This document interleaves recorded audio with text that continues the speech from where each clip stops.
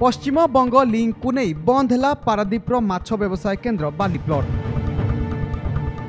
प्रत्येक दिन एठाकू हजार हजार माछ बेपारी आसी एठारू माछ किणी बाहर बेपार करती।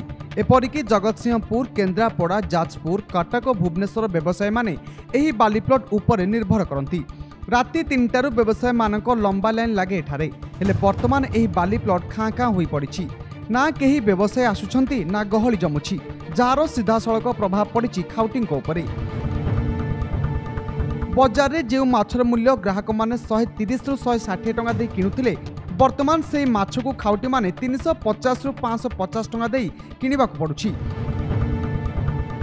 कोरोना महामारी को दृष्टि रखी सरकार तृतीय पर्याय लॉकडाउन जारी रखिछंती। एही लॉकडाउन समय निम्न वर्गर लोक माने निजर जीविका हराई घरे बसी रहिथिबा बेले माछर एभली दर सेमानक पई समस्या सृष्टि करछि। माछ बहुत रेट अच्छी बोली शुणी पहुँचला देखला शुणिलु बाटे जो लोग माछ नहीं सब जोटा 100-150 टका था से बर्तमान 300-400 टका पाखापाखि हो जाए रेट। मटन उच्चा रेट है माछ न पाई बर्तमान निराश होगी आज्ञा फेरी माछ बर्तमान धरा बंद हबार इसारी बंद हबार व्यवसाय अवनति घटी जहाँफल समस्ते हईराण होती। डंगा जो मैंने जाते माछ फिशिंग धरने से परिवार भी बर्तमान हईराण होती। बाली प्लॉट रे दैनिक 1500 रु ऊर्ध्व डंगारे माछ आसी थाए। एही डंगारे 30% लोक पश्चिम बंगरू आसी कार्य करथांती। एपरिकी डंगारे कार्य करथिबा लोक माने समुद्र पथ देई जीवा आसीबा करथांती। एठारे उत्पादित माछर पाखापाखि 70% भाग माछ कलिकता और आंध्र प्रदेश को पठा जाउछि। ए राज्य गुड़िकरे कोरोना आक्रांतक संख्या वृद्धि पाउथिबारु उक्त राज्य को माछ कारबार बंद रहिछि। मुख्यतः कलिकतारे कोरोना आक्रांतक संख्या वृद्धि पाउथिबारु व्यवसाय केन्द्र को बंद करा जाइछि बोली बाली प्लॉट कार्तिकेश्वर मत्स्य उत्पादन संघर सभापति कहछन्ति। तेबे एही बाली प्लॉट बंद हेबा द्वारा खाउटी व्यवसायी और माछ धराळी क्षतिग्रस्त होइछन्ति। एटा बंद हबारू माछ उपर निर्भर करता शह लोक परिवार भी हईराण होती।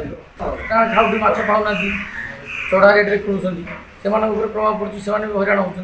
जो माछटा दाम 250 टका से बर्तमान 400 टका को बहुत बाहर व्यवसायी आसी पशिले आम व्यवसाय अनुष्ठान बहुत बाहर व्यवसाय आते सोशल डिस्टेंस मेंटेन हो पारा जहाँफल संघ बंद कर आम जब फिशिंग करूँ प्रडक्टर 70% वेस्ट बेंगल माछ तेणु वेस्ट बेंगल जब आम माछ न पठे पारू तेणुक फिशिंग कले फिशिंग आम क्षतिग्रस्त तेणुक यही सब जिन को नजर कर जो आंध्र माछ जापरि केरल जापरि वेस्ट बेंगल जापरि तेणुक आम फिशिंग कर प्रडक्शन कले किसी फायदा हेनी सी एक क्षतिग्रस्त।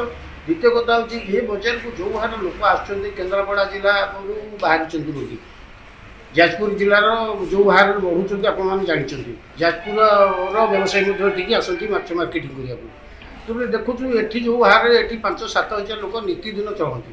तेणुक आम सन्देह करूँ विभिन्न बाहर लोक आसवा फल आम सन्देह करूँ काले आक्रांत रोगी किए आसी जदि आक्रांत वाला आसवे ये बर्तमान 10,000 लोक आम हठात आक्रांत हबू। तेणु यही सब दृष्टिकोण आम सब सोशल मेंटेन जो करहलानी आम बाध्य ट्रेड बंद कलु। राज्यरू केबे हटिबो कोरोनार भय और केबे खोलिबो बाली प्लॉट माछ व्यवसाय केन्द्र ताहाको अपेक्षा। पारदीपरू सिद्धेश्वर स्वाई, कोणार्क न्यूज।